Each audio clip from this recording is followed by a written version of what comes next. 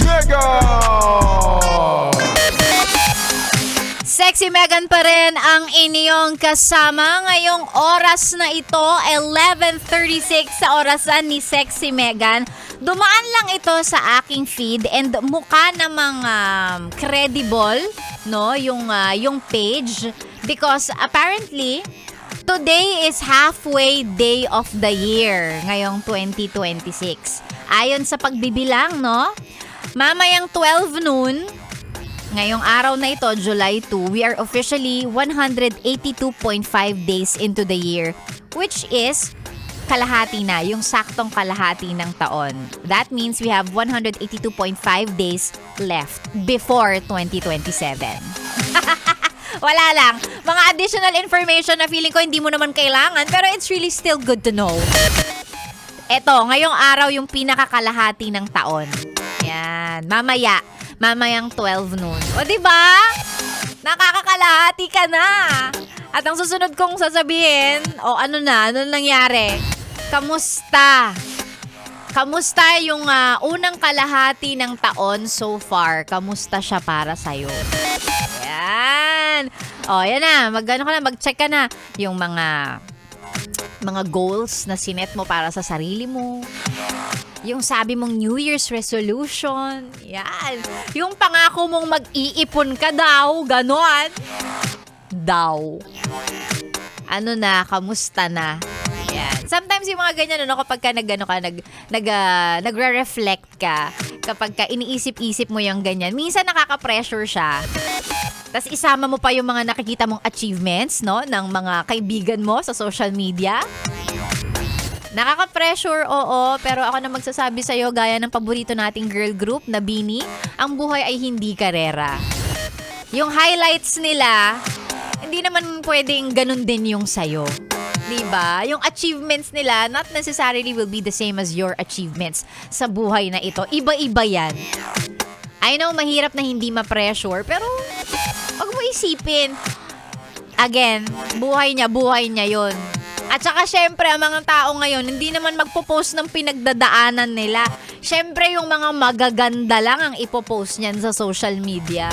So, wag nating isipin na, ay, parang si ganito, laging swerte sa buhay, laging ang ganda ng takbo ng career niya, ganon. Syempre, hindi naman niya ipopost yung mga hirap at puyat at mga pinagdadaanan niya, diba?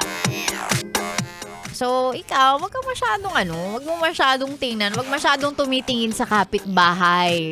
Yan. Focus lang sa mga bagay na gusto mong gawin para sa sarili mo. Para, alam mo na, minsan hindi tayo madiskaril.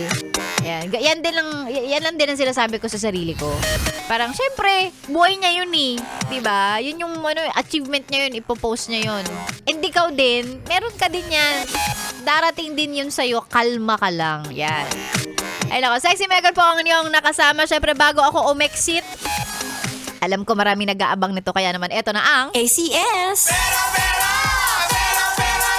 ACS! ACS! Ngayong nakakalahati na tayo sa taong 2026.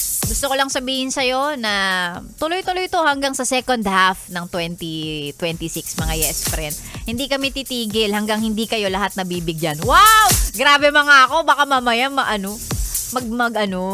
mabash tayo, sabihin, sana akala ko ba lahat kami mananalo? We try our best. Kaya nga maraming nananalo kada araw. Ang kailangan nyo lang gawin, mga yes friend, makinig kayo syempre. Of course, maraming salamat sa suporta ng ACS. Kaya naman suportahan din natin ang mga world-class quality na produkto nila, lalong-lalo na ang Charm Fabcon Purple Eternity. Ayan, eto na. Ang ating katanungan ngayong araw na to, tinatanong ko lang naman, anong tea? Anong tea? Anong tea? Ang tawag sa ulam pag pinagsama ang talong at itlog. Torta ang tawag. Yan. Sarap niyan. Paborito ko yan. Kahit walang halong karne. Yan. Yung mismong itlog lang. Tapos yung talong. Tapos yung sausawan ko, ketchup. Sarap! Yan. Talong. Tortang talong. Kaya naman eto na. Iroleta natin ang mga pangalan ng mga sumali.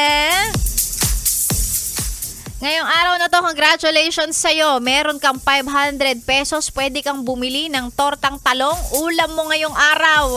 Congratulations, Gerson Johanon! Gerson!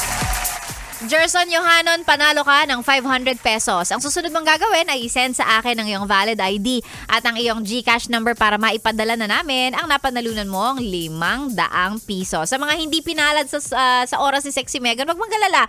Kasi hanggang mamaya pa naman. Mamaya malay nyo si Ganda Wanda or si Biboy Bibo mamimigay.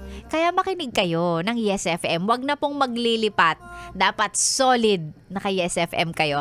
I'll see you guys again tomorrow sa other half, no, ng 2026. I'll see you guys tomorrow alas 9 hanggang tanghali. Dito lang sa 101.1 Yes FM. Solid!